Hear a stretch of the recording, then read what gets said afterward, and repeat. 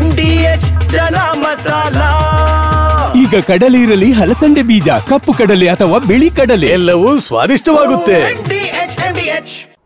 SIT ಶೋಧದ ವೇಳೆ ತಿಮರೋಡಿ ಮನೆಯಲ್ಲಿ 3 ತಲ್ವಾರ್ಗಳು ಪತ್ತೆಯಾಗಿದೆ. ಚಿನ್ನಯ್ಯನ 25 ವಿಡಿಯೋ ಸಂಗ್ರಹಿಸಿ ಬುರುಡೆ ಗ್ಯಾಂಗ್ ಮಸಲತ್ತು. ಸುಜಾತ ಸುಳ್ಳಿನ ಆಟ ಬಟಾ ಬಯಲಾಗಿದ್ದು ಎಸ್ಐಟಿ ಎದುರು ಕಣ್ಣೀರಿಟ್ಟಿದ್ದಾಳೆ. ಇದೆಲ್ಲವನ್ನೂ ನೋಡೋಣ ಬುರುಡೆ ಗ್ಯಾಂಗ್ ನ್ಯೂಸ್ ಟಾಪ್ 9 ನಲ್ಲಿ. ಎಸ್ಐಟಿ ಶೋಧದ ವೇಳೆ ಮಹೇಶ್ ಶೆಟ್ಟಿ ತಿಮರೋಡಿ ಮನೆಯಲ್ಲಿ 3 ತಲವಾರ್ಗಳು ಪತ್ತೆಯಾಗಿವೆ. ಸೋದರ ಮಹೇಶ್ ಶೆಟ್ಟಿ ಪತ್ನಿ, ಪುತ್ರ, ಮಗಳ ಮೊಬೈಲ್ ಫೋನ್ಗಳನ್ನು ಎಸ್ಐಟಿ ವಶಕ್ಕೆ ಪಡೆದಿದೆ. ತಿಮರೋಡಿ ಮನೆಯಲ್ಲಿ ಚಿನ್ನಯ್ಯನ ಒಂದು ಆಂಡ್ರಾಯ್ಡ್ ಮೊಬೈಲ್, ಒಂದು ಹಳೆಯ ಕೀಪ್ಯಾಡ್ ಮೊಬೈಲ್ ಪತ್ತೆಯಾಗಿದೆ. ಚಿನ್ನಯ್ಯ ಹಾಕಿಕೊಳ್ತಾ ಇದ್ದ ಬಟ್ಟೆ, ಊರಿಂದ ತಂದಿದ್ದ ಬ್ಯಾಗ್ಗಳನ್ನು ಕೂಡ ವಶಪಡಿಸಿಕೊಳ್ಳಲಾಗಿದೆ. ಚಿನ್ನಯ್ಯ ಸೇರಿ ಇಡೀ ಟೀಮ್ ಒಂದೇ ಮೊಬೈಲ್ ಬಳಕೆ ಮಾಡ್ತಾ ಇದ್ದ ಶಂಕೆ ವ್ಯಕ್ತವಾಗಿದೆ. ಬುರುಡೆ ಗ್ಯಾಂಗ್ನ ಪ್ಲಾನ್ಗಳ ಚರ್ಚೆಗೆ ಒಬ್ಬರ ಮೊಬೈಲ್ ಬಳಸಿದ್ದು ಪ್ರಭಾವಿಗಳನ್ನ ಸಂಪರ್ಕ ಮಾಡಿದ್ರು ಅನ್ನೋ ಪ್ರಾಥಮಿಕ ತನಿಖೆಯಲ್ಲಿ ಗೊತ್ತಾಗಿದೆ. ಹೀಗಾಗಿ ಕೆಲ ನಂಬರ್ಗಳನ್ನ ಟ್ರೇಸ್ ಮಾಡಲಾಗ್ತಾ ಇದೆ. ಆ ಮೊಬೈಲ್ನ ವಶಕ್ಕೆ ಪಡೆಯೋದಕ್ಕೆ ಎಸ್ಐಟಿ ಅಧಿಕಾರಿಗಳು ಸಿದ್ಧತೆ ನಡೆಸಿದ್ದಾರೆ.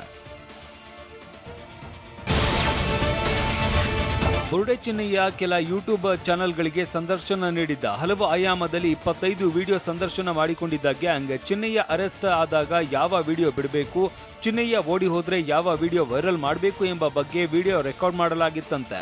ಅಷ್ಟೇ ಅಲ್ಲ, ದೂರುದಾರ ಚಿನ್ನಯ್ಯ ಸತ್ತು ಹೋದ್ರೆ ಯಾವ ವಿಡಿಯೋ ರಿಲೀಸ್ ಮಾಡಬೇಕು, ಅತ್ಯಾಚಾರ ವಿಚಾರ ಹೊರಬಂದಾಗ ಯಾವ ರೀತಿ ವಿಡಿಯೋ ಮಾಡಬೇಕು, ಕೇಸ್ನಲ್ಲಿ ಉಳಿದವರ ಹೆಸರು ಬಂದಾಗ ಯಾವ ವಿಡಿಯೋ ಪೋಸ್ಟ್ ಮಾಡಬೇಕು ಅಂತ ಮೊದಲೇ ಪ್ಲಾನ್ ಮಾಡಿದ್ರು ಅನ್ನೋ ಮಾಹಿತಿ ಸಿಕ್ಕಿದೆ. ಚಿನ್ನಯ್ಯ ಮೊದಲು ಪ್ರತ್ಯಕ್ಷವಾದಾಗ ದಾಖಲಾಗಿದ್ದ ಸೆಕ್ಷನ್ ಕೈಬಿಟ್ಟಿರುವ ಎಸ್ಐಟಿ ಕೋರ್ಟ್ ಅನುಮತಿ ಪಡೆದು 10 ಸೆಕ್ಷನ್ಗಳ ಅಡಿಯಲ್ಲಿ ದೂರು ದಾಖಲಿಸಿ ತನಿಖೆಗೆ ಇಳಿದಿದೆ.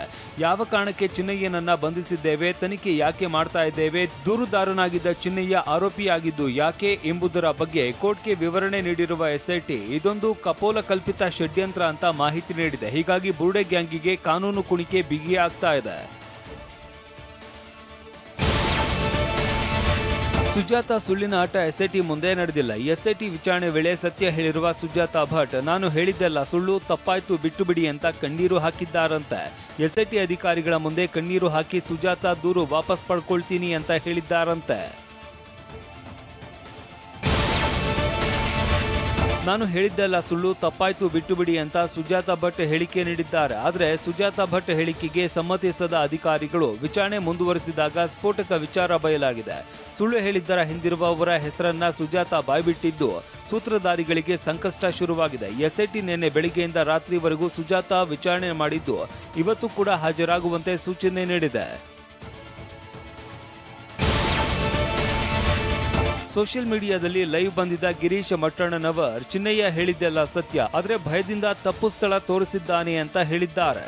ಅವಾಗೇನಾದ್ರೂ ಕರೆಕ್ಟ್ ಆಗಿ ಅವನ ಫ್ಯಾಮಿಲಿಗೆ ಅವನ ಊರಲ್ಲಿ ಪ್ರೊಟೆಕ್ಷನ್ ಕೊಟ್ಟಿದ್ರೆ ಇಷ್ಟೊತ್ತಿಗೆ 100 ಹೆಣಗಳು, ಶವಗಳ ಕಳೆಬರಗಳು ಸಿಗ್ತಾ ಇತ್ತು. ಆ ಒಂದು ಹೆದರಿಕೆಯಲ್ಲಿನೇ ಬಹುಶಃ ಅವನು ತಪ್ಪು ತೋರಿಸಿದಾನೆ ಅನ್ನುವಂತ ಒಂದು ಮಾಹಿತಿ ನಮಗೆ ಬರ್ತಾ ಇದೆ. ಆ ಅನಾಮಿಕ ವ್ಯಕ್ತಿ ಯಾವಾಗ ಎಸ್ಐಟಿ ಸುಪರ್ದಿಗೆ ಬಂದಿದ್ದಾನೆ ಅವಾಗ ಅಧಿಕೃತವಾಗಿ ಮಹೇಶ್ ಶೆಟ್ಟಿ ತಿಮರೋಡಿ ಅವರ ಮನೆಯಲ್ಲಿನೇ ಇರ್ತೀನಿ ಅಂತ ಆ ವ್ಯಕ್ತಿನೇ ಹೇಳಿದ್ದು. 2 ವರ್ಷದಿಂದ ಅವನೇ ಪದೇ ಹೇಳ್ತಾನೆ ಇದ್ದಾನೆ, ನಾನು ಕರ್ಕೊಂಡು ಹೋಗಿ ಪೊಲೀಸರ ಹತ್ರ ಕರ್ಕೊಂಡು ಹೋಗಿ ಅಡ್ವೊಕೇಟ್ ಹತ್ರ ಕರ್ಕೊಂಡು ಹೋಗಿ ನಾನು ಹೇಳ್ತೇನೆ, ನನ್ ಭಾರ ಆಗ್ತಾ ಇದೆ ತಲೆ. ಅದ್ರ ಸಲುವಾಗಿ ಮಹೇಶ್ ಶೆಟ್ಟಿ ತಿಮರೋಡಿ ಅವರು ಅವನಿಗೆ ಆಶ್ರಯ ಕೊಟ್ಟಿದ್ರಿ. ನಿನಗೆ ಫೋನ್ ಮಾಡ್ಬೇಕು, ಕರಿಬೇಕಂದ್ರೆ ಯಾರ ನಂಬರ್ ಕೊಡ್ಬೇಕಪ್ಪ ಅಂತ ಎಸ್ಐಟಿ ಅವ್ರು ಕೇಳಿದಾಗೆ ನನ್ನ ಹೆಸರು ಹೇಳಿದಾನೆ. ಬೆಳ್ತಂಗಡಿ ಪೊಲೀಸ್ ಠಾಣೆಯಲ್ಲಿ ಹಿಂದೂ ಕ್ರೈಸ್ತರ ನಡುವೆ ದ್ವೇಷದ ಹೇಳಿಕೆ ನೀಡಿದ ಆರೋಪದ ಅಡಿಯಲ್ಲಿ ಹೋರಾಟಗಾರ ವಸಂತ ಗಿಳಿಯಾರ್ ವಿರುದ್ಧ ಎಫ್ಐಆರ್ ದಾಖಲಾಗಿದೆ. ಮತ್ತೊಂದು ಕಡೆ ರೌಡಿ ಶೀಟರ್ನನ್ನ ಮಾನವ ಹಕ್ಕುಗಳ ಅಧಿಕಾರಿ ಎಂದಿದ್ದ ಮಟ್ಟಣ್ಣನವರ ವಿರುದ್ಧ ದೂರು ದಾಖಲಾಗಿದೆ.